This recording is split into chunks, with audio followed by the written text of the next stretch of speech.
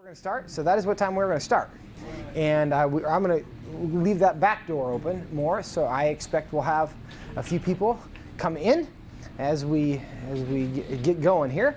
But thank you for joining us this evening for our Gender Revolution presentation. I trust that this will be provocative and helpful and maybe scary for you, and I hope this will be a good conversation. My name is Joseph Backholm, and my job, I'm the president of the Family Policy Institute of Washington, and this is a part of a series of events that we've been doing over the last, it's kind of the third series that we started really doing last fall, and this is something that we're trying to do as a way of connecting more with people in various communities, and also do a better job of getting information out and creating a community, because we're an organization, but we're really not an organization. We're not trying to build an organization. We're trying to build a community of people of like mind who not only understand the issues but also know what to do about it.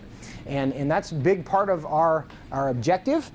And tonight, actually, as I say that, is going to be a little short on the exactly what to do about it, because we're here from 7 to 9 this evening, and my presentation, there's going to be a little more than an hour's worth of content that I'm going to go through, and then we will be here as long as you guys want to talk, or until 9 o'clock I'm leaving, because I got to go catch a ferry. And so if you guys all stop talking when I'm done, then we can all go home. But if you have things that you want to discuss and any kind of, if this has provoked anything in you, then we will have a conversation as well. So that's the purpose. That's kind of the platform for the evening and how this is going to go. That being said, we did get a couple questions. I know many of you registered to be here, and thank you for doing so. Some have wondered how to, and there was a $5 registration fee that you saw. If you were not able to do that online, we do have envelopes, and we have started a little stash in the back of the table where you can take care of it that way. I didn't have a registration list because tonight I am kind of manning this post by myself, and so we're just doing it simply. So that's how to do that, and we do really appreciate your support of this, because everything that we do is made possible exclusively by viewers like you. Other organizations that we are dealing with do get government funds, but so far Jay Inslee has not seen fit to give us $1. And so we are working on that. Actually, we're not even working on that. That's not even part of the agenda. So we do depend entirely on folks like you who make what we do possible. And so we greatly appreciate that. So this evening, Gender Revolution. And before I get into this, I'm going to pray and dedicate this time to the Lord, so He would bless this experience. Father, thank you for these friends, and thank you for the time that you have set aside for us to be together tonight. I ask that your Spirit would be here, and that you would give us wisdom, and that your Spirit would speak to us, and that we would have a greater understanding of not only the world in which we live, but of your heart for it, and the place that you are calling each of us to. In Jesus' name we pray. Amen. Amen. So, Gender Revolution, why everything seems backward and what it means for education. My big preamble to all of this is, yes, sir. Are you on a mic or not? I am not on a microphone. Well, I am on a microphone, but it's only for the purpose of the video. There is no amplification system in this room. Do I need to speak louder? I will do my best and try not to yell at them. But yeah, they're pretty close. So, but my preamble to this whole conversation is, I don't think I'm an expert in what I'm about to talk about. And so that's my big qualifier for everything I'm going to say but I don't know many people who are.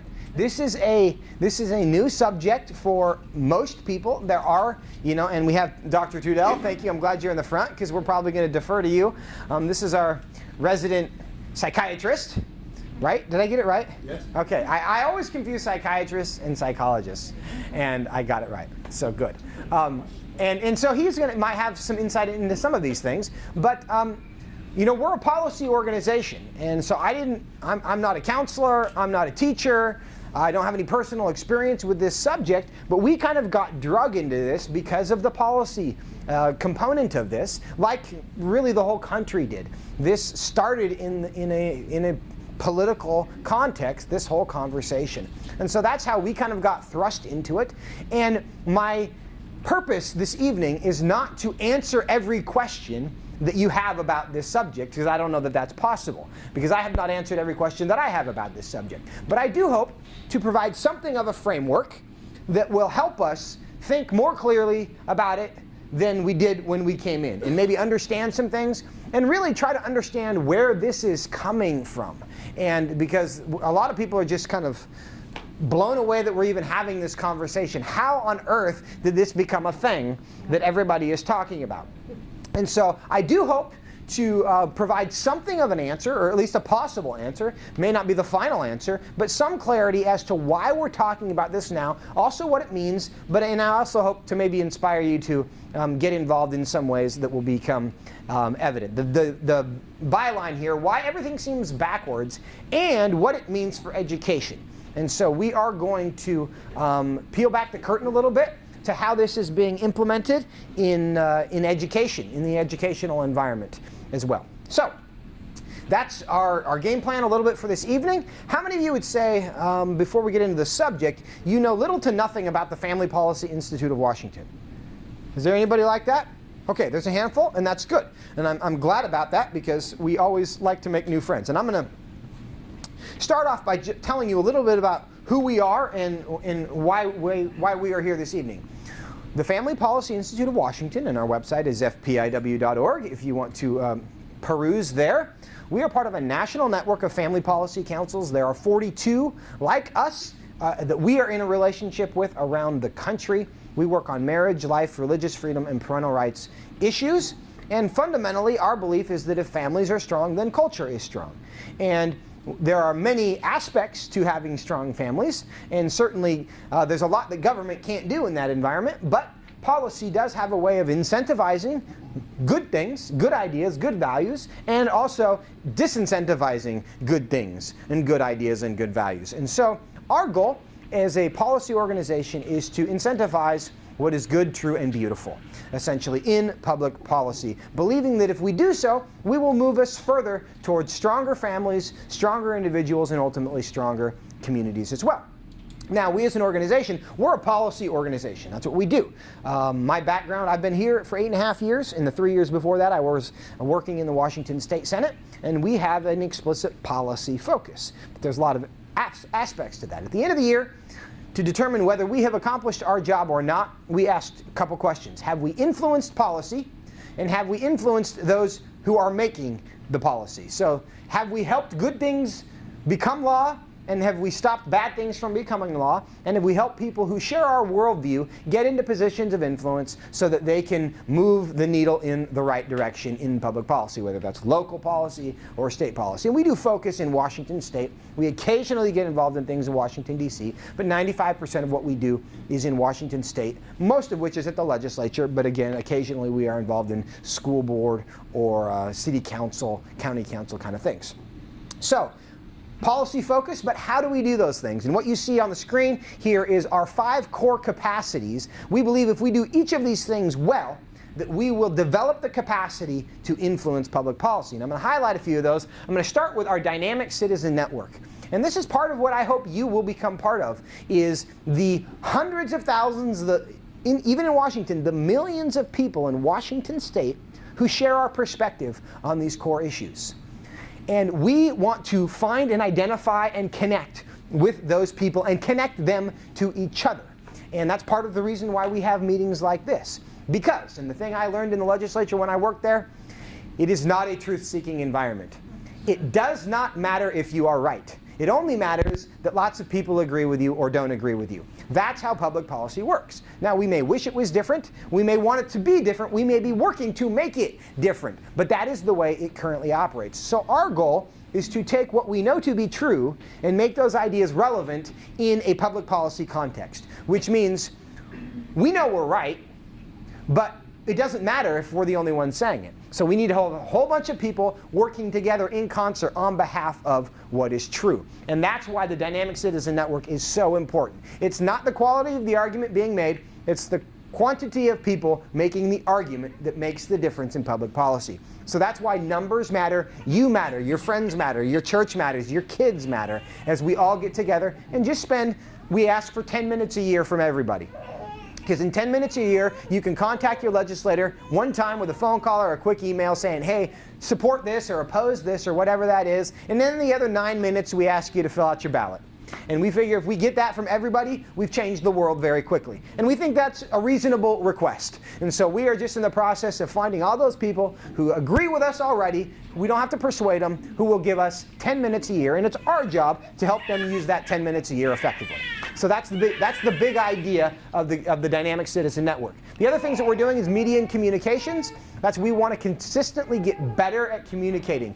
The ways we communicate, the number of people that we're communicating to, the mediums that we are communicating on, always getting better, talking to more people, more effectively, so the Dynamic Citizen Network knows what's going on and what to do about it. Relationships with policymakers, in another world, people might refer to this as lobbying. But this is essentially knowing what's going on inside the Capitol. Do you have relationships there? And the way these things all work together is we find out something that's going on in Olympia, we feed that to our communications team, who then feeds that to you all, who then invest part of your 10 minutes a year in a phone call or an email back to the legislators, and then they know that we matter to them. They might not like us, they might think we're funny looking, they might disagree with everything that we say, but if we're communicating with 4,000 people in their district who vote, they care about us. And that's how the game works, and that's why all of these things need to be working together. Fourth thing we work on is policy and research, and this is essentially what everybody thinks think tanks do, which is white papers and talking points and memos and issue briefs on the issues that we work on. We do some of that because it's important to know what you're going to say and why you're going to say it, and do a little research and make sure that you're not wrong about what you think. And so that is important, and that is a part of what we do, but we also have the benefit. We're a small organization, relatively speaking. There's only 7 of us. But we get to borrow a lot of research from friends at the national level, organizations like the Alliance Defending Freedom and the Family Research Council and the Family Policy Alliance, who are national allies who have research wings and do much more of that. And because of our relationship and association with them, we get to borrow some of that from them and use that. And finally, providing electoral accountability. I've kind of hinted at this in everything that I've said, but ultimately, if our ideas are going to be relevant in the policymaking process, they have to be relevant in elections. That's just the way it is. We might not like it, but that is the way it is. So we are trying to build this network and the communications and making sure everybody knows how to vote, who the good guy is, who the bad guy is, or gal, or whatever the case may be. And the more we are able to do that, and the bigger our network is that can do that, we provide electoral accountability. It makes our ideas relevant, and ultimately we are having a say in what our public policy is and what our communities are. So this is a very quick, very rough overview of what we're trying to do, and what this meeting is part of that, because the more informed we have and the more motivated our Dynamic Citizen Network is, the bigger of a difference that we're going to make, because none of us can do this by ourselves.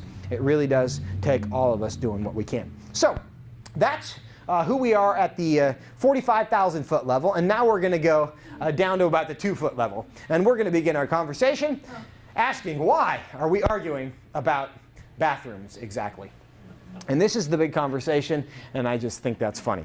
But before we can answer that question, we're going to talk about what got us here. Why are we arguing about bathrooms? Because it does seem kind of incredible.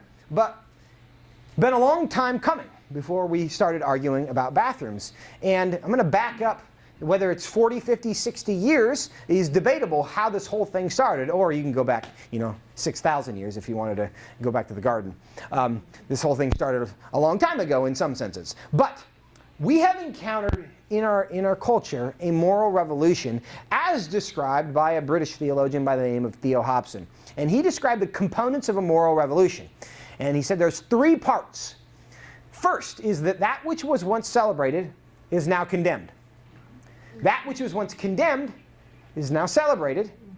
And those who refuse to celebrate are also condemned. Those are the three components. Regardless of how you feel about the underlying issues, we have experienced a moral revolution. That which was once celebrated is now condemned. Virtue, chastity, goodness, self-control. That which was once condemned is now celebrated. We literally hold parades all over the country. That, and those who refuse to celebrate are also condemned. And you know the stories about the small business owners and people who, just because they didn't want to celebrate a particular event, they have lost their livelihood and their businesses for refusing to celebrate. But this picture up here is from June 26, 2015. This was the day that the Supreme Court made its decision in the Obergefell case, discovering magically a right to marry somebody of the same gender. Since the Constitution was written in 1787, nobody before had ever seen the right to marry somebody of the same gender. But in June of 2015, they uncovered it somehow, and that was the climax for a movement really that had been working for generations and certainly decades to get to that point, because this was, from their perspective, a great civil rights inequality. The fact that marriage was defined exclusively as a relationship between a man and a woman, and they had set their sights on that for a very long time. We are going to, we're going to change that. And so the question was, on that day, you have a veritable political industry that has come together for this purpose. And what do you do when you accomplish your goal? Do you fold up your tents, declare victory? We are now obsolete. We're going to go home. Of course, the answer to that is no, because they have made themselves an indispensable component of a massive political machine that could not go away. But once you've solved the problem that you claim to have been trying to address the whole time, you still need a reason to exist. You need to raise money. You need, you need another crisis. And so the pivot that was made on June 26, 2015 was away from the crisis of the inequality of marriage to the crisis of the inequality of the fact that there are men's and women's restrooms, and men cannot go into the women's restroom, and women cannot go into the men's restroom. How horrible is that? And they needed, and what it also provided is another victim class, which was a community which is exceedingly small, as you know, who legitimately experience real mental stress associated with gender dysphoria.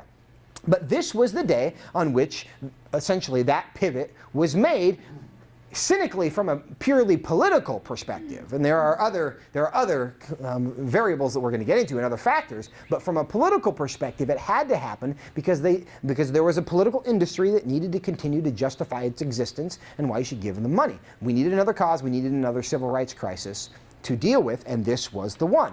On that date, this gentleman here is Chad Griffin. He is the head of the Human Rights Campaign, which is the largest LGBT lobby group in the country. And they're based in Washington, D.C., and part of their press release on this day celebrating the Obergefell decision, they said, "What's clear today is our work isn't done until every discriminatory law in this nation is wiped away. The time has come in this country for comprehensive federal LGBT non-discrimination protections." And that was in reference to there's a couple other things involved there as well. But the thing they highlighted was this gender issue. Again, on June 26, 2015. And some of the things that have happened since then, we are seeing this, is we had Caitlyn Jenner. We now have a man who was named Glamour magazine's Woman of the Year, and that was the first time that had ever happened. And we also are seeing in athletics, at various levels, we are seeing men and boys identifying as female and now competing with women and girls. And this is a community college in California, and that's the leading rebounder in the league. And this is a high school in Alaska, and in the middle, that's a boy who identifies as a girl now running track. And over here, this is Laurel Hubbard, who was Gavin Hubbard a few years ago, was a professional weightlifter as a man into his 30s, and has since transitioned to being a female, still lifts weights quite well, and is now about to be on the New Zealand Olympic team. And like in Iran, also, for 8 of the members of the women's soccer team in Iran are guys. What? 8 of them. 8 of them. So, and there was another story that I wrote about last weekend, I think, out of Connecticut, very similar situation, where there is a freshman, a boy who just is now identifying as female, who in his very first high school track meet, running as a girl, though a boy, is 1 second away, 1 second off of the NCAA women's record in the 100-meter dash. As a freshman in his first high school, he is going to, by the end of his freshman year, be the most accomplished female athlete in the history of Connecticut. He was a very good athlete as a boy. As a girl, he's a really good athlete. He's a really good, and so here's another context in this. And we're also seeing this pushed in media in ways that it had never been. And here's just a couple of the examples of these covers of National Geographic magazine and Time magazine and CoverGirl magazine put a boy on the cover of CoverGirl magazine for the very first time. And it's being promoted in ways that it didn't used to be. And this is kind of because there's such a partnership with many of the major media outlets and kind of the progressive political machinery that they're picking up the cause and trying to just soften the public for this political and ultimately spiritual effort. So these are just a handful of the things that have happened since that pivot was made on June 26, 2015. Now, as we get into this conversation about who, why, wow, what, who, why, how, and what, the 3 perspectives that we are coming into this conversation with, as we talk about gender, transgenderism, gender identity, each of us is coming probably with one of these 3 perspectives. And this is not my framework. This is created by a guy named Mark Yarhouse, who is an LGBT studies guy, but he's an evangelical, so he's kind of an odd duck in that world. But he came up with this framework that I think will be useful to you and has been to me. When we think about the idea of transgenderism, of gender dysphoria, of gender identity, and the idea that, well, I was born male, but now I identify as female, the responses we have first is from an integrity perspective. This is one that many in this room, I suspect, come from. And their perspective is, that's wrong. And that is essentially, well, I know what God says about gender, and you disagree with God, so you're wrong. And it's not that much more complicated of an analysis for many people, because we have a clear sense of God's created order or the natural law, however you see that, and say, you know, I understand maybe you experience real stress, but you are wrong about that in an absolute sense. This is the integrity perspective. The second is the disability perspective, where they would view this, look at somebody who claims to be a different gender, and their response would be, that's disordered. It isn't necessarily theologically based, but there's still a conviction that male and female are very real things biologically, even evolutionarily. They might come from that perspective and say, no, these are different. You can't pick your gender, just like you can't pick your age or you can't pick your height or your race. That's what you are, and you don't get to pick that. And so if you're convinced that you're something other than you actually are, that is a disorder. And I think this perspective is represented by many in the feminist community who have become allies with some conservative causes on this. Because as feminists, they have been fighting for women's rights their whole lives, and now they're being told that anybody can be a woman as long as you identify as a woman, and that is offensive to their feminist sensibilities. So they don't necessarily share my theology about a lot of these things, but they have a very strong conviction that, you know, that is a disorder, and we can try to get you help, and I can even be compassionate about that, but it's not true just because you want it to. That's the disability perspective. The third perspective is the diversity perspective, and their response to somebody who would claim to be a different gender is, that's beautiful. And essentially, we're going to celebrate that. And we love diversity. Everything different is good. And this is kind of how many on the left feel about almost everything. As long as everybody consents, then, you know, great. That's, you know, it's wonderful. We celebrate diversity. We celebrate differences. And so, you know, good for you. You be you and I'll be me, and, you know, all those other kind of cliches that are associated with this perspective. Now, this is, I think, useful not only understanding where we're coming from, but understanding where the other people that we're talking to are coming from. Because these perspectives represent very different, ultimately, worldview claims about how the world is and who we are with respect to, our community and God. And there's some really big differences represented here. So if we're an integrity person and we're talking to a diversity person, we have to, we got to back up a long ways to define some terms and find some agreement on some other issues before we can have a constructive conversation, because we're literally speaking a different language when we talk about this stuff if we just come at it from our various perspectives without kind of first acknowledging and kind of confronting the differences that we have. So this, I think, does do a good job of capturing where most people are coming from on this issue. Now, I want to get into the politics of gender, and we're going to do this because this is where this whole debate started around the country. Nationally, there is no rule about who can go to the bathroom where, or who can go into what facility, or do you have to agree with somebody or use the pronouns that they want you to use. There is no national policy. That isn't because there hasn't been an effort to do so. And you recall that last year, President Obama, after his Education Department and Justice Department kind of collaborated to redefine some terms in Title IX, he wrote a letter, a Dear Colleague letter, to every school district in the country, basically saying, unless you allow the boys to be on the girls' sports teams or you allow the boys to use the girls' facility at school, you are going to lose your education funding. And President Trump, once he was elected, he decided, no, the federal government actually doesn't think that anymore, and so he changed the federal government's position. And in the time, a whole bunch of lawsuits had been started. 24 states had sued the federal government saying, hey, you can't do that. You can't put strings, you, the executive branch, can't put strings on federal funding that Congress did not attach to those dollars. That's not legal.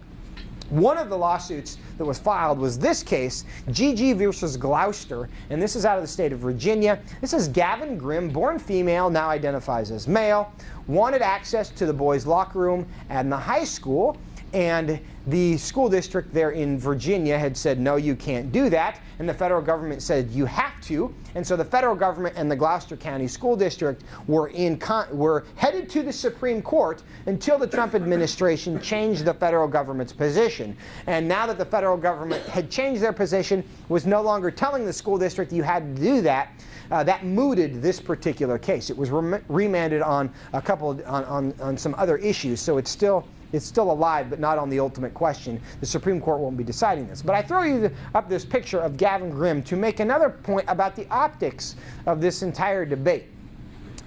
The left is very smart about who they run and how they run these cases in the public eye. You'll notice that for their lead plaintiff on the case they wanted to take to the Supreme Court, they chose a female who wanted access to the boys' locker room in schools. Because the response to that in the public is very different than a 17-year-old boy who wants access to the girls' locker room at school. And they know that, which is why they found a relatively soft-spoken, but otherwise, likable girl identifying as a boy to be their plaintiff in all of these.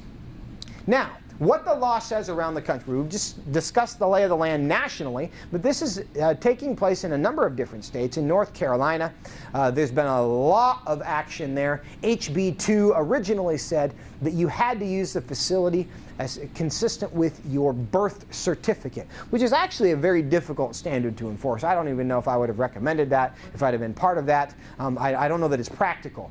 But there has been a repeal, not of the entire law, but it's certainly kind of been a revision of that law, which now says in the state of North Carolina, there is no criminal civil penalty for using a facility that's consistent with your gender identity or gender expression. However, businesses still have the right to enforce whatever policy they want to in their businesses. So a business owner can't get sued for telling a guy, you can't go in the girls' locker room and sue and take your clothes off. But a transgender person cannot face any liability for walking into, at a restaurant or something, and there's a either single stall or not, there's no liability explicitly for going into a facility that they identify with. So that was the compromise reached in the state of North Carolina. In Texas right now, they're having a privacy debate in their state legislature as it relates to schools, basically saying schools may not allow students to access facilities that are not consistent with their biological sex. And incidentally, that's exactly what's being attempted with the initiative that I'm going to talk about in a moment. In the state of Massachusetts, they were the first state where the state legislature came together to pass legislation granting a carte blanche right of access based on gender expression and gender identity. It essentially said every public accommodation in the state of Massachusetts must cooperate with somebody's gender expression and gender identity in every respect. And a referendum has been filed on that in the state of Massachusetts. They will be voting on that in November of 2018. The public will there. And then here in Washington State, we have the proud distinction of being the state that kind of started this whole thing around the country. Because and again, the legislature was not involved in this. Our Human Rights Commission took it upon themselves to redefine some terms in our civil rights, in our non-discrimination law as it was passed in 2006. And what they said, among other things, they basically said that you must allow access to facilities in schools that are consistent with gender identity and gender expression.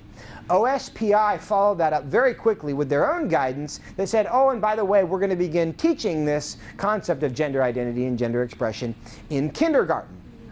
Part of the Human Rights Commission rules pertaining to businesses included these harassment provisions, which says you cannot, among other things, ask unwelcome questions about gender identity, gender expression, or sexual orientation. And it is also illegal harassment for a public accommodation to misuse pronouns, is their phrase.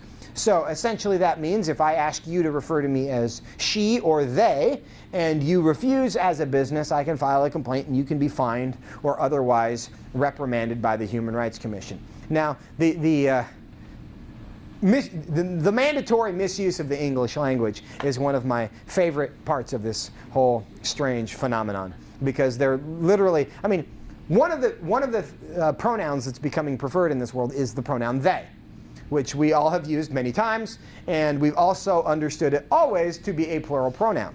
But now they would like you to refer to it, in some cases, to a single individual. And if you refuse to do so, you can be punished by the state government for refusing to call an individual they. And all the grammarians rolled their eyes, and it's like, who's doing this? But this is not a complete summary, but this is a high-level overview of what the Washington law is presently. And this is the brief commercial that I have with respect to that. Over here on the table, we have copies of Initiative 1552, and I hope you know about it, but it would solve part of this problem, not all of this problem, but it would require schools to maintain separate facilities based on biological sex, and if any student is not comfortable with those options, the school would be required to find an accommodation for them, short of revoking the right to privacy of every other student in their various facilities. So that's one thing it does. The other thing it does is actually just like what happened in North Carolina, is it would remove any liability from businesses for maintaining separate facilities based on biological sex. And right now, that if I go to the gym and I decide I'm identifying as female and I want to go in there and all the ladies are in there getting dressed and I want to go in there and take my clothes off, if the gym owner tries to stop me, I can sue him. And that is not reasonable, because every gym owner, the decent thing to do is to protect the right of privacy of those ladies in there. And if it's a legitimate case of gender dysphoria, okay, we'll find something for you. I understand that. We'll be respectful and we will accommodate your situation as well as we can, but we're not going to allow you to go in there and do that to those ladies. But right now, that's an illegal position for a business owner in Washington State to take, and the initiative would fix that. And we need 330,000 signatures by July 7th in order to get that done. Most of the time when you see an initiative on the ballot, it's because somebody has a financial interest in the underlying issue. Marijuana, or the teachers' unions, or an environmental lobby, or the gun lobby, or somebody does. So they write a check for about $1.1 million to signature gathering firms, who then send their people out to gather signatures. Nobody has a financial interest in the privacy and safety of our kids, unfortunately. So The options are, you can give me $1 million and I'll go pay a signature gathering firm, or everybody takes a petition and they go get some signatures. Those are the options. If this is on the ballot, we're going to win. The polling is very good for us on this. The hard part is getting this on the ballot. And so nobody's going to do this for us. We have to do it ourselves, and we all need to take a vested interest if we care about this. This is, again, another kind of a 10 minutes a year thing. Nobody has to change their lifestyle, but if we all do nothing and say, oh, I'm so glad you're doing it, it's not going to get on the ballot. We failed last year in 2 months. We have twice as much time this year, but if we all leave it up to other people, I promise you it's not going to get done. This is a really big administrative task, and the reason why 99% of all initiatives get on there because somebody wrote $1 million check is because it's hard to do as a volunteer effort. There's plenty of us, and we can, and the petitions are right over here. So I'm gonna push that hard because this is something where we all have to jump in and do it. Yes, sir. How far are you? How many signatures have you gathered? We don't know. That's the hard part. Is we're still 2.5 months out. And we've been on the street for 5 or 6 weeks, but most people aren't turning them in. In the office we have maybe 10,000, but there's 2.5 months, and so people aren't. And we're trying to get people to send them in. So the answer is we don't know, but we have to get over to. We are going to do a paid effort, but we're not going to be able to do it all that way. We're hoping to get about 210,000 from a volunteer effort, and another 110,000 from a paid effort. And if we can pull that off, which is very manageable in the time that we're doing this, if we all do our part. So we don't know where we're at right now, but the answer is we're not nearly where we need to be. And so I'm going to beg and plead that everybody take some of those. So that's the commercial to fix the Washington State stuff. Now we're going to get back to our regularly scheduled programming. The gender debate, now as taught in public schools. And this is where we're going to kind of get in and try to understand what in the world is going on with all of this anyway. Most of us have thought about gender in a very simple way all of our lives. There's boys and then there's girls. Moving on. That was kind of it. And we hadn't spent a whole lot of time thinking about this. We learned long even before kindergarten that there was a difference between boys and girls, and just wasn't something we spent a lot of time dwelling on. But now, this little guy is one of the tools that is being used. This is the gender unicorn that is being used in schools now to kind of describe how some would like the world to view this idea of sex and gender. Now most of our lives, all of us have thought of sex and gender as the same thing. Synonyms that refer to the exact same thing. What our chromosomes are, what our anatomy is, who we are. This is how they want you to view this universe. The first, and I'm starting in the middle, sex assigned birth. And this is what we view as sex and gender. They acknowledge that chromosomes are a real thing and everybody has anatomy. So they can't deny that exists. And so they have tried to minimize, however, its significance by referring to it merely as your sex assigned at birth, which is just the unfortunate incident of your biology and your birth. But the stuff that actually matters, what we're going to get into here, is something called gender identity. And that is how you feel. Your sex, and they will emphasize the fact that your gender identity can be distinct from your sex assigned at birth. They are not in any way connected, and we shouldn't see them as connected. There's one thing that you're given, and then how you feel is your gender identity. Then you have something called gender expression, which is how you express the way you feel. And there are many varieties to that as well. And then these other categories here, who you're physically attracted to and emotionally attracted to, and that would fall kind of under the umbrella of what we all understand sexual orientation to be. Who are you attracted to? So what we would all refer to as sex or gender, they have broken up into 3 categories essentially of sex assigned at birth, gender identity, and gender expression. Now, how is this being rolled out? And we're going to get into some curriculum, specifically the family life and sexual health curriculum. And this was originally created for King County. It is now making its way to other parts of the state, and I know even here locally, I think it was Port Angeles, the school district has been having a big debate about the Flash curriculum lately, and so some of you I know have become experts on this lovely creature.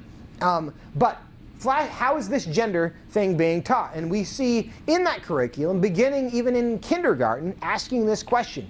If you could be born again and pick your gender, you would stay the same or you would change to the other gender. I have a kindergartner. This is a very bizarre question for kindergartners. This is not something that they intuitively consider. But when you are, when your purpose is to help kind of create vagary and to ultimately cement the idea that you can be whatever you want, you can express however you want, that gender is no more than what you want it to be, then we're going to introduce doubt about this whole concept at an age where nobody is thinking about it, when there was no doubt and there was no questions. And the rest I've thrown down here is just an example of the vocabulary lessons that they are giving to our kindergartners through 4th graders. And you can decide if you want your kindergartners chewing on all of that. But gender. We had the boy and the girl earlier as how we have viewed gender. We're going to start talking about how they are trying to interpret gender. And they refer to it as a spectrum. And they'll refer to this as down with the binary, and the idea that there's men and women and you're in one of those categories. They would like gender to be viewed as a spectrum, where, from their perspective, you have very masculine, very feminine, and then a whole bunch of stuff in the middle that's kind of along this spectrum of androgynous. The way they would like the world to see gender is like a faucet. You have hot water, and you have cold water, and then you have a whole bunch of temperatures in between. And all of those represent essentially different genders. Now this is how they originally started introducing this idea of gender as a spectrum, but even this has changed fairly recently. And this is kind of how you'll see here, and this is their words, not ours, what the gender spectrum actually is. And there are 3 data points that kind of anchor this. And so here you would have 100% masculine, 100% female, and then 100% androgynous. And then all in here, in this gender blob, there are all these different points. So you could have somebody who is, halfway between masculine and androgynous, halfway between masculine and feminine, halfway between feminine and androgynous, or you can be right here in the middle, which presumably is genderless. And the state of Oregon is now recognizing genderless as one of the gender options that you can pick on their legal docket, as if you can you can be a person without gender.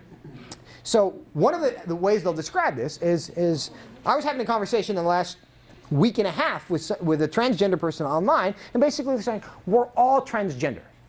Everybody is transgender, and what they mean by that is nobody is 100% masculine, 100% feminine, or, because there's all these variations within that. And from their perspective, any little point on this map, any kind of ratio, and if you assign some kind of numerical value to all these points, if that's 100%, 100%, and 100%, you get a grid, and then there's variations on all these. They would say that each one of those points is a unique gender. That's how they're viewing gender. Okay, now, we've gone ahead, and of course, and they will tell you there's an infinite number of genders. But here's just 32 of those genders that they've gone ahead and assigned some labels to. And I'm going to read through these. And I know that the text it's actually probably, is it a little out of focus? There you go. We're old. Is that better? Well, it's very small. It's very small anyway. But I'm going to read some of these to you because, I think we're having some projector issues anyway. So we have female, male, bigender, androgyne, neutral, agender, genderless, intergender, demi-boy, demi-girl, third gender, genderqueer, non-binary, pangender, epicene, gender fluid, transgender, transgender alternative version, bigender female and male, bigender androgyne and neutral, bigender third gender and demi-boy, demi-agender with demi-girl, gender fluid female and male, gender fluid intergender and neutral, gender fluid third gender and demi-girl, gender fluid androgyne and female, agender version 1, agender version 2, agender version gender void, demi-agender with third gender, femme, butch, travesti, NB, and then that's Aaliyah gender. So those are 32 dots on that map from their perspective that they've gone ahead and assigned a label to, but there are literally an infinite number of other genders that you could be, I could be, we can just, and really they're just encouraging people, if you don't find one that you feel like describes you, then you just make one up. Really. And that's kind of how it goes. And there's nobody who actually, I've not encountered anybody who could tell you what any of these mean. But it's all, I think there's probably some forum that has probably tried. But again, the whole purpose of this is to not have definitions, because the insanity of all of this is they can't even describe what male or female is now. Because, which is the foundation of this whole thing. They cannot tell you what a boy or a girl or what a male or female is. What that means is confusion. Yes. That's what it means. Yeah. Every one of those types is experiencing confusion. Yes. Yeah, and we're just trying to get rid of boundaries. So, and here's another term that might help you in this conversation is performative. And the idea that gender is not something that you are, it's something that you do. That you perform your gender. It's the way you express yourself. It's the way you live your life. That's how they're viewing this. Now, are you confused yet about any of this? And I doubt that I provided any clarity. But I did get some clarity on this, and this might help you as well. In a conversation I was having with a radical feminist who said, you'll get some clarity about all of this when you realize what they mean by gender, you mean with personality. So if you take all of their literature, all of their conversations, and anytime they use the word gender, you substitute the word personality, and suddenly it doesn't sound that crazy. Because we would agree that there are an infinite number of personalities. That there are many variations. That whole gender blob thing begins to make sense because men and women are distinct from each other, but men are not the same, and women are not the same, and we're all different. And in my theology certainly allows for that variation and the idea that God created us differently with different gifts and personalities, and there's no trouble with that. But of course it begs the question then, if when you say gender, I mean personality, why can't we agree that this is all a personality thing and just move along? Because when we all recognize that people are different, there didn't seem to be an issue. So why do we need to complicate gender as a way of accomplishing some strange goal? And part of it is the boundaries thing that Terry was mentioning. So the question here, why complicate gender? And we're going to answer this by going to the Flash curriculum itself. And a bit of a warning here, I'm going to violate a rule of PowerPoint by giving you more text here than I would like. And typically this is supposed to be a guide.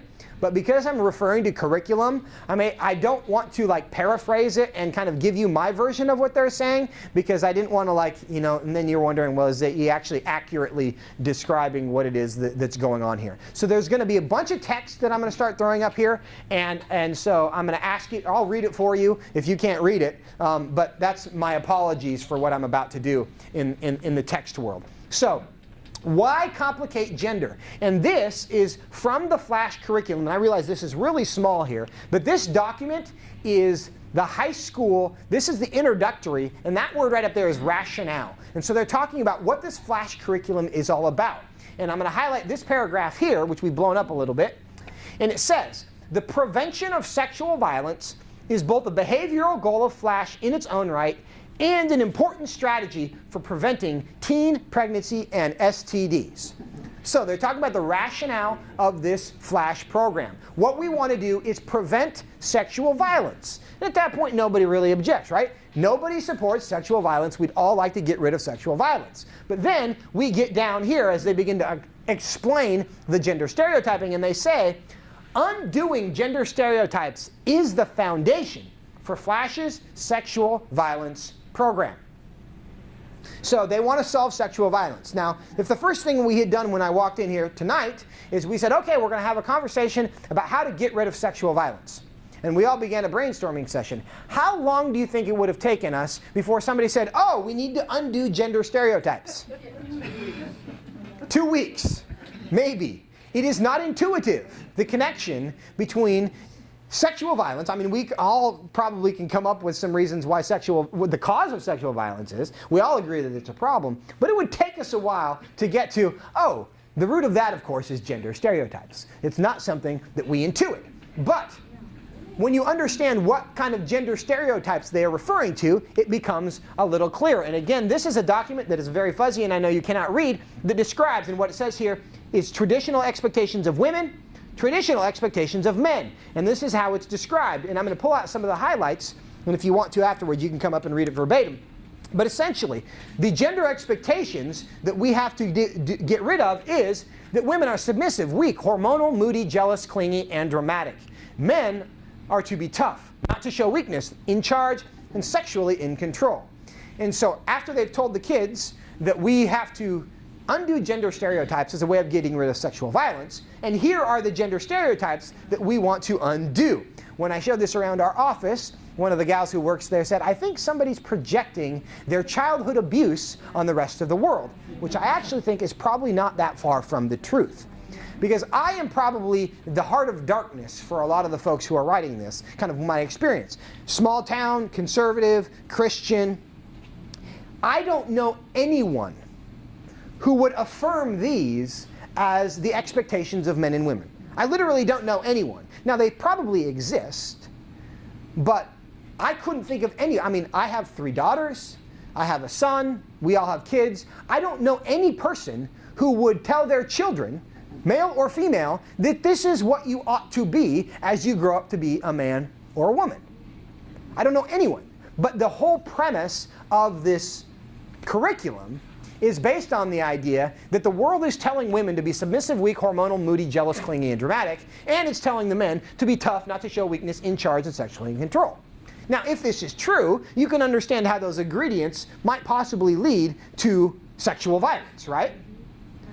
But I think for most of us, our experience is that this is not necessarily how the world actually is. So in a sense, they're setting up this straw man and then providing the option to the students. Okay, do you want to have sexual violence, or do you want to agree that gender is a spectrum and anybody can be any spectrum that they want? Which is a really false choice, but that's the choice that is being set up in the curriculum. And so, but having set up that framework, here's how the conversation in the classroom is going to go. Here's the first class discussion that it occurs as a result of after we get through the gender stereotypes. And here's the scenario. On Saturday night, Alicia had sex with her girlfriend even though she wasn't in the mood because she didn't want to hurt her girlfriend's feelings. So, which traditional expectations of women is likely influencing Alicia's actions? That's the question. The answer, according to the teacher's guide, is that she is to be passive and weak. Well, how might Alicia feel about this situation? Well, she might feel bad or ashamed that she had sex even though she didn't want to. Confused, angry, sad, like she can't talk to her girlfriend. What problems could this expectation cause for Alicia? And again, these are questions for the class, and what's being listed this is basically the answer in the teacher's guide for the teacher. What problems could this expectation cause for Alicia? Well, she could end up doing things she doesn't feel good about, could have problems with her girlfriend. What advice would you give to Alicia to challenge this gender expectation? Don't have sex if you don't want to. Share what you do or do not want to do with your girlfriend. So we've solved all of Alicia's problems, right? The next question. This is about Cooper. Cooper tells his girlfriend that he wants to have sex tonight, but he doesn't ask her what she wants. Which traditional expectation of men is likely influencing Cooper's actions? Now, if we were all talking to Cooper, which traditional expectation of men is influencing Cooper's actions has nothing to do with gender expectations. But which traditional expectation of men is likely influencing Cooper's actions? Well, that he is to be sexually in control. What problems could this expectation cause for Cooper? Well, his girlfriend might break up with him, or he could commit rape. What advice would you give to Cooper to challenge this gender expectation? Ask her if she wants to have sex, and only have sex if his girlfriend also wants to. Okay? So, this is the conversation that the class is going to have. Now, in the legal world, when we take the bar exam or take tests, the exercise is called issue spotting, where we will read a fact pattern. Like, Cooper tells his girlfriend that he wants to have sex tonight, but doesn't ask her what she wants. And we do something called issue spotting. And we will spot the legal questions, the legal issues in the fact pattern that need to be addressed. Now, Cooper and Alicia This is a different kind of issue spotting for Cooper and Alicia. And you guys, most of you, I assume, have been parents in your life. And you are, maybe grandparents. And if Cooper and Alicia came to you and told you their scenario, spot the issues. And how many issues do you spot before you get to gender expectations? Quite a few, huh? Quite a few. But one of the many damaging things about the curriculum is that it immediately leaps over all of the things that kids intuitively know are wrong with this situation. And it fast forwards through that whole thing, and the only problem that we see here is perhaps Alicia and Cooper aren't communicating effectively enough about their sex life. And as soon as we improve their communications with them and their partners, all is well. And then we move on. And that is, of course, a very damaging message to be sending to kids, but that's the classroom discussion being set up. And then immediately after this, we get into, show this video, it's called LGBT discrimination, and there's the website for that, that after they have made sure that, the only thing that you can do wrong in sex is not communicate effectively about it, then we're going to go into this video about LGBTQ discrimination. That's part of the curriculum. Now, when we get to the end of this, at the end of the curriculum, we have the sexual health resources, and at the top here it says confidential, and then it has this text. Teens of any age can get all the services listed on this handout confidentially in Washington State. Confidential services include birth control, condoms, emergency contraception, pregnancy tests, STD and HIV tests, prenatal care, abortion, and adoption.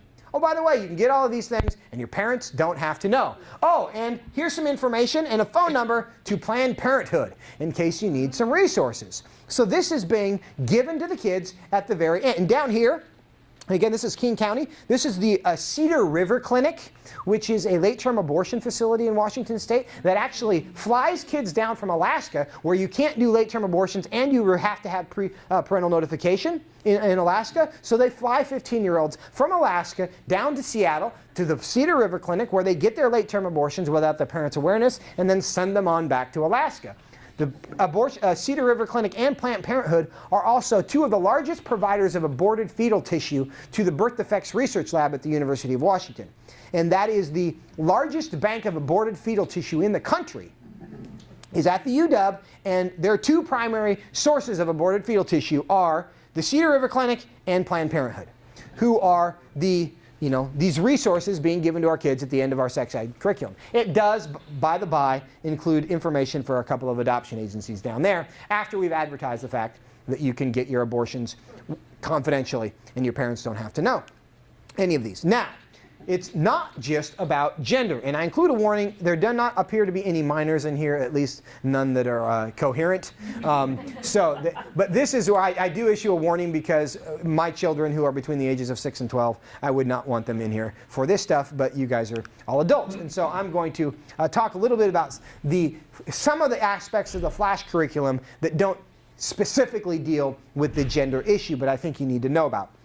In this conversation here, it says, introduce the 7 methods, and that's 7 methods of birth control, focusing on what each is and how it reduces pregnancy risks. And then it refers to this reference sheet.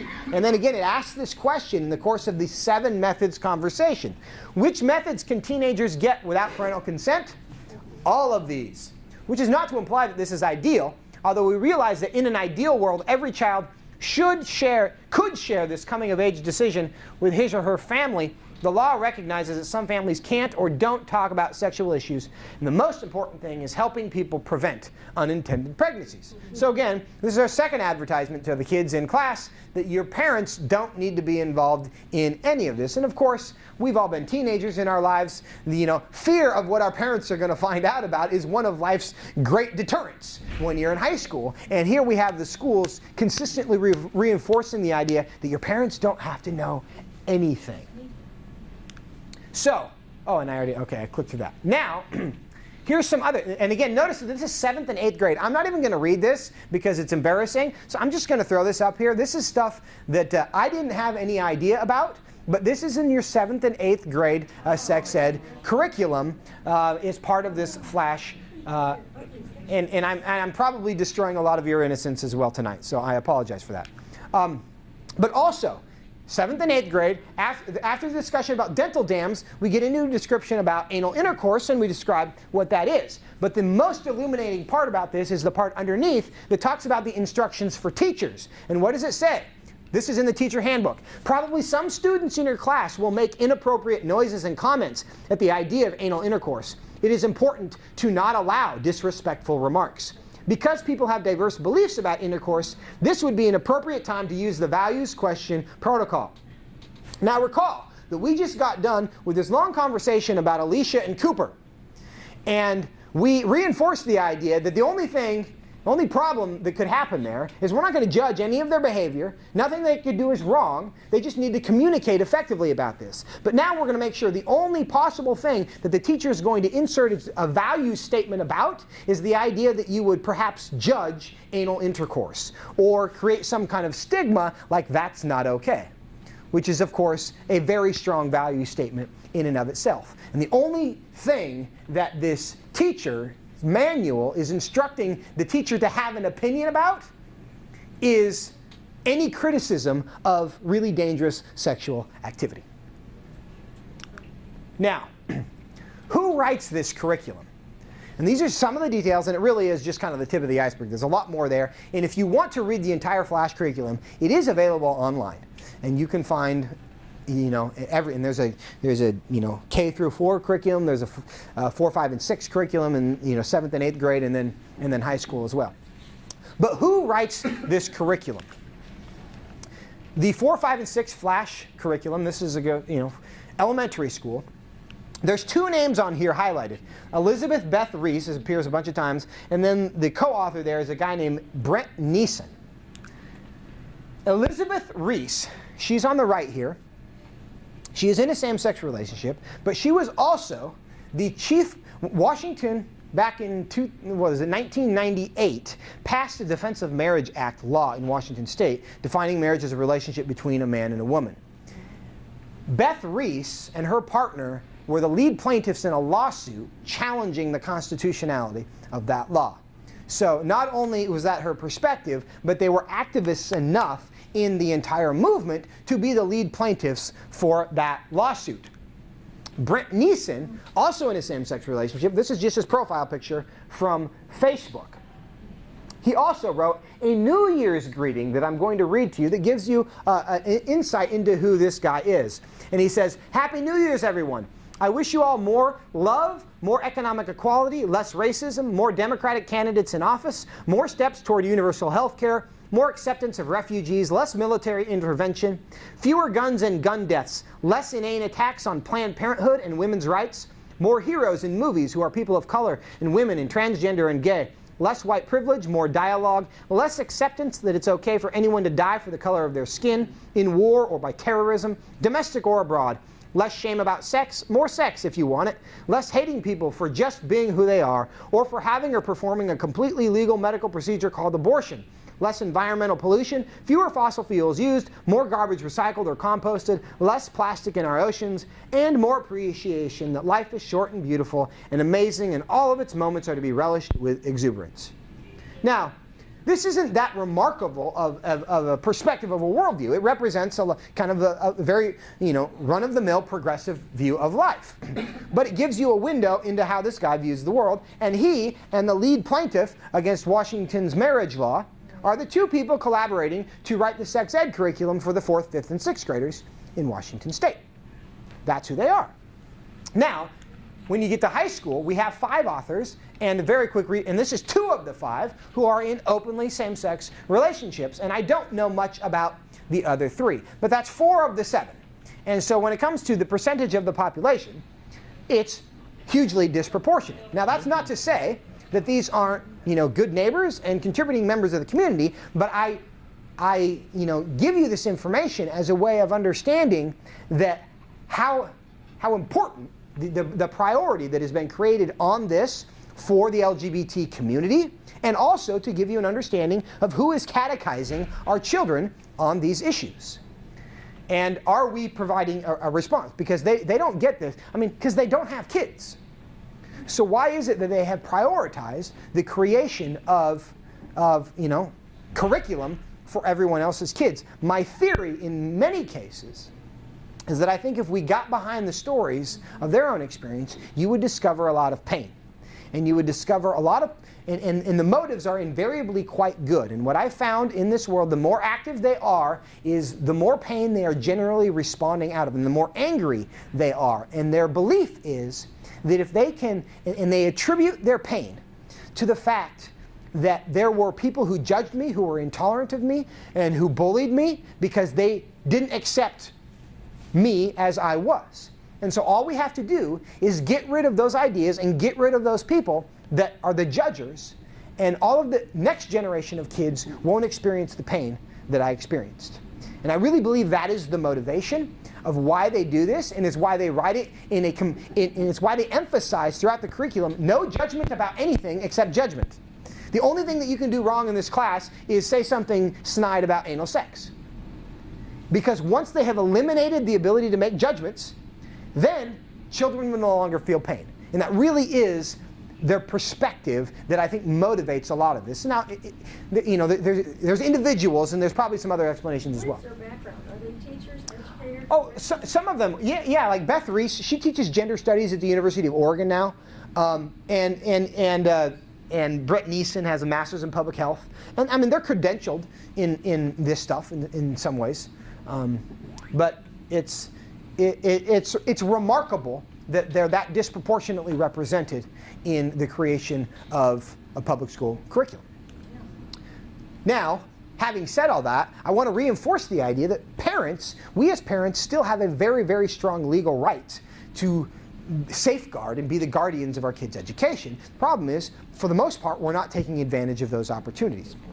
And school boards are still being stacked with people who do not share our perspective because they have prioritized those opportunities. But the Troxel versus Granville case is a fairly landmark case from the United States Supreme Court out of Washington, reasserting in the context of homeschooling the parental, the rights of parents to be the guardians of their kids' education. The challenge we have, though, is that for a lot of parents, when they try to get involved in understanding what their kids' education is, they run into a bureaucracy that can be very, very difficult. And if you've ever, there are many good people within the public education system at all levels, but depending on the individuals involved, they don't necessarily see parents as a partner. They see parents as a problem to be solved. And we have a book here from Doug Adams that I think does a good job describing the experience that people have when they get involved in this. And this is two characters that we're talking in this book. It says, but the plans were on display. On display, I eventually had to go down to the cellar to find them. Well, that's the display department. With a flashlight. Oh, well, the lights had probably gone. So had the stairs. But look, you found the notice, didn't you? Yes, said Arthur. Yes, I did. It was on display in the bottom of a locked filing cabinet, stuck in a disused lavatory with a sign on the door saying, "Beware of the leopard." And that is the experience that a lot of, never mind the education, if you go down to the local planning department or whatever, and you can find some bureaucratic challenges. But I know that some school districts have created rules where if you want to view the sex ed curriculum for your kids, you can only do it a certain number of hours and for a limited amount of time, and you're not allowed to take them out of the library, out of the school library, and you can't make photocopies. And so they create all these rules that make it really difficult for parents to actually find out what is being taught to their children. All of which is almost certainly illegal if somebody decided they wanted to challenge it, because they're not allowed to, stiff-arm the parents. But they will tell you that they can, and they will try to. But you as parents have a lot of freedom still in all of this. River? Is the FLASH program, is that statewide or national-wide? Her question is the FLASH program state or national? And it was created for King County. So it's a local curriculum, and but school boards can adopt whatever curriculum they want. And it has become in Washington State kind of the Bible of sex ed curriculum, that if you propose something else, oftentimes the question you'll get is, so how does this compare to FLASH? There's no legal reason for that to happen. It's not necessary. It's just it's been around for a long time now, and it's always being revised, and it's become more extreme and more problematic as the years go by. But it's low. I'm sorry, what? Whoever gets there first with a full program, K-12, whatever. Yeah, okay. And I'm not an expert on curriculum and how it's adopted in the mechanics of that. I understood that while it originated here, it is now nationwide. There are several states that have adopted That it. wouldn't shock me, but I don't know that to be It's true. sad that it started here. It is sad that it started here. Washington State, we are the gift that keeps on giving. So what now about all of this? And this is, I hope, this is a glimpse into kind of what's going on for the education world. But it's much bigger than just education. And I want to propose for us 3 spheres of engagement. And we, of course, the Family Policy Institute, we're a faith-based organization, and so we definitely have a theological perspective that motivates and informs a lot of our decisions. And so I'm going to get into a little of that here, as to how we are part of the church, how we engage the world now that it is just different than what we're used to. And I think we have to develop a strategy for 3 different spheres of engagement. And the first one is the one-on-one conversation, is the one-on-one interaction. It's the scenario where, somebody who is transgender comes into our church and they are broken and they are needing help. And how are we going to deal with that person? Or somebody that we encounter at work who undergoes a gender reassignment surgery, or somebody in our child's class. Are they prepared for that one-on-one conversation with somebody who, definitely doesn't share our perspective in some important ways, but they're still made in the image of God. They still deserve love, and they still deserve compassion. And we might just be completely confused by this, but are we ready to love that person in the way God wants us to? As somebody who is created in the image of God, broken, but not necessarily broken more or less than we are, just maybe broken differently than we are. And are we prepared for that engagement on a one-on-one level? And this is something that because most of us have not experienced this in our lives. And it's going to become, sadly, probably more common, and we'll discuss why that might be in a moment. But the second context is within the church corporately. I'm going to assume most people in this room are part of a church community in some way. And the churches, as organizations, are wrestling with how do we deal with this? Because we now know, in schools, our kids are dealing with this, whether we want them to or not. A lot of people at work are being sent to diversity training programs that are heavily emphasizing these things. We're seeing it all over media, and we're being literally catechized as to how the culture wants us to view these things. But because these are difficult issues, and in some cases, pastors just don't know how to talk about them, and so they don't. In some cases, they realize that it's difficult, and there's all sorts of landmines, so they choose not to. And the outcome of that is that everyone within the church is being indoctrinated from all these various areas, and the one place that should be the place where we can go get the truth and be equipped for a response is choosing not to engage in the conversation because there's all these potential consequences for doing so, or we just don't feel equipped to do so. And then the third is the culture. It's kind of the political component of this. We are individuals, we exist in a church, but we also live in a community. We live in a state. We live in a country. And what are we going to do about that? That assuming we as individuals get the one-on-one right, and then assuming the church understands the theology, what does God think about gender? What does God, how does He create us? What is an identity? What is our identity? Because, if you get into this whole issue of gender identity, the issue of identity is much, much bigger than just gender. And we all struggle with identity issues in various ways. And that's a really important, thing for the church to be wrestling with. But assuming we get that right and we're able to think clearly about what is true, what do we do with it? And that's the question of the culture. Let's assume we have a church that is perfectly equipped, that knows the right answer to every question. What now? As the battle rages in the world around us, as everybody's making that argument, and I go back to the Garden of Eden, where we had the serpent come to Eve and ask that question, did God really say? Did God really say that you should not eat of the tree of the knowledge of good and evil? And that question is being asked all the time now about all sorts of things. Did God really say? And the culture is asking the question. And assuming the church knows the answer, and in many cases we don't, but assuming we do, we get that straight, what is the church prepared to do or not to do when the culture says, did God really say? Are we prepared to do something about it, or are we just going to kind of hunker down in our bunker and hope it all goes away? And what I am kind of anecdotally, I think, witnessing a little bit is much of the church does not want to engage out here because we are really, really concerned about this. And I think those are really good instincts, is we want to make sure that if somebody who experiences gender dysphoria comes into our church, they can experience love. And we don't want to create any hurdles to that. And so our response is, we are not going to do anything out here that would cause them to misunderstand our motives, because we want to make sure that we have created a safe environment for them to feel loved. Then you have another group of people who are so angry about what's going on here, they just grab their pitchfork and they run down to the Capitol, or they go to their keyboard on the internet and they just spew out so much truth they don't know what to do about it, and the carnage that they leave behind is not even something that they're giving any consideration to. So I think you can certainly overemphasize both of them, and there's errors in I think neglecting any one of these spheres. And I think as individuals, we all have to have a game plan for each one of these. Which means if we realize that those one-on-one interactions are important, the individuals are important, that will shape how we engage with the culture. But how do you care about individuals if you don't care at all what's going on in the culture? Because the culture is where all the damage is coming from.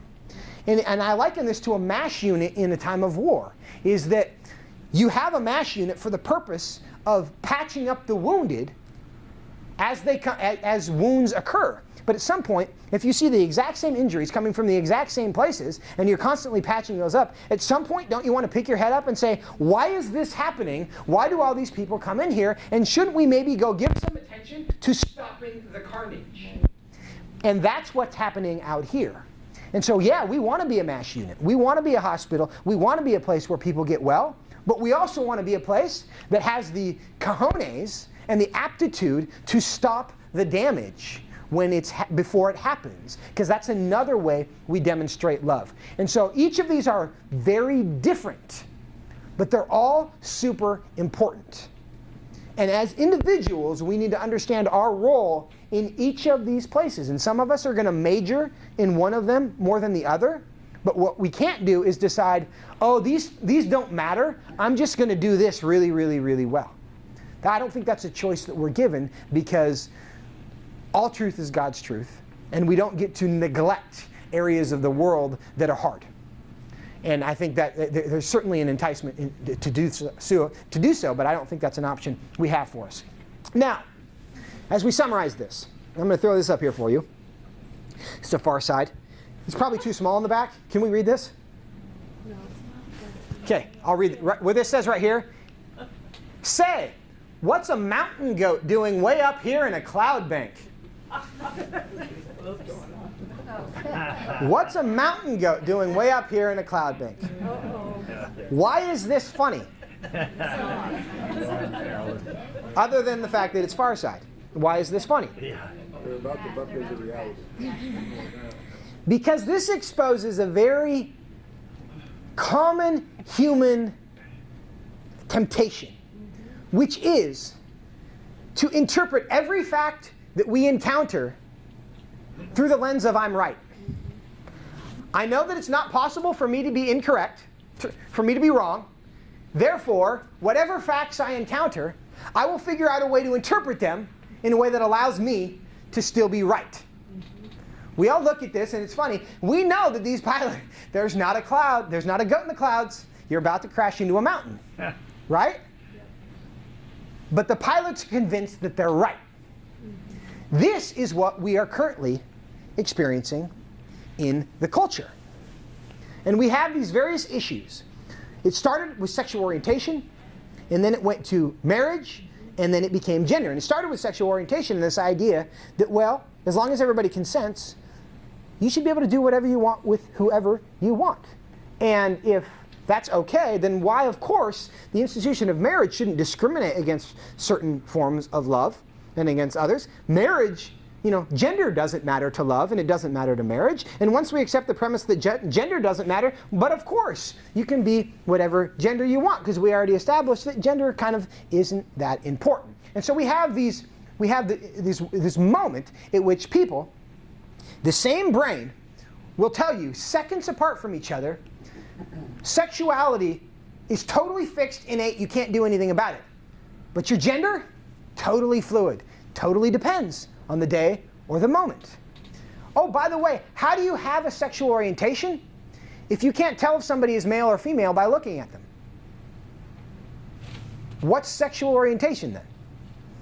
All of these ideas are completely self-defeating if you apply the test of logic to them. But there is a commonality in all of them, is that the thing that ties them together is this desire for no rules. And there are competing worldviews at play here. My worldview teaches me that the purpose of my existence is to glorify God and enjoy Him forever. That's the purpose of my life. Because I was created for a purpose with meaning that was not, that was given to me, that I get to discover, and I get to fulfill the purpose for which I was made, which gives my life meaning and joy and peace and hope. But if you don't believe those things, the founding truth claim of secular humanism is that the end of all being is the happiness of man.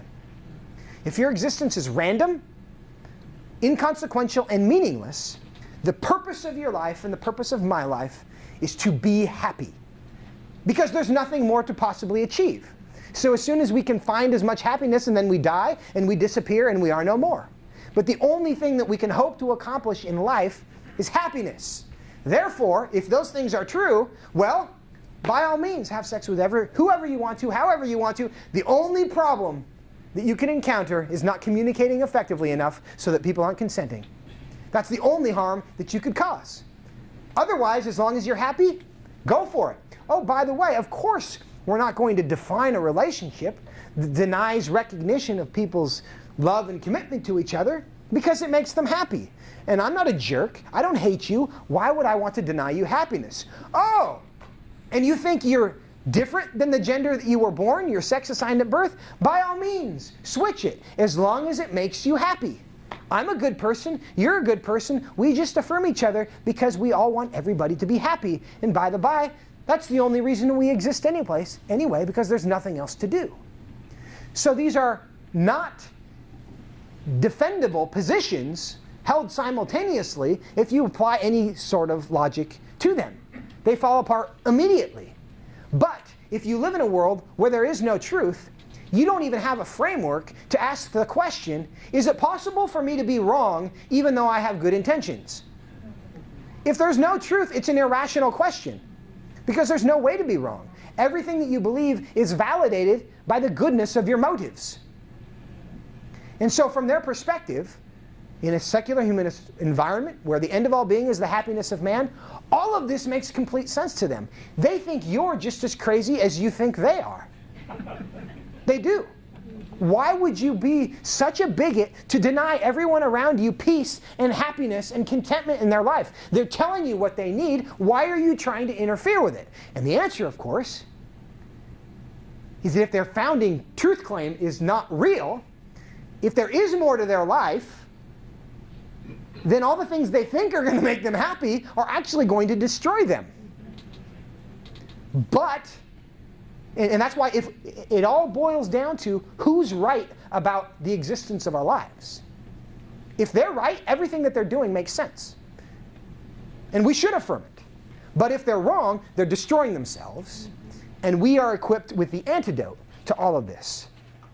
But that's why, as a matter of policy, the progression from sexuality to marriage to gender, the tie that binds this all together is the fundamental claim of their worldview, which is my life is meaningless and the only thing I can hope to accomplish is happiness. And what they're discovering day by day by day is the harder they try to be happy, the more miserable they are. They know it's not working, but they don't have a better answer.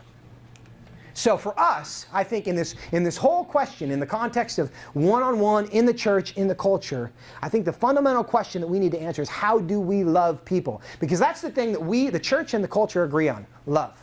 Everybody agrees on love. But he who defines the terms wins the debate. And we don't always agree on what that means, because what the culture tells us is that we love people by giving them what makes them happy.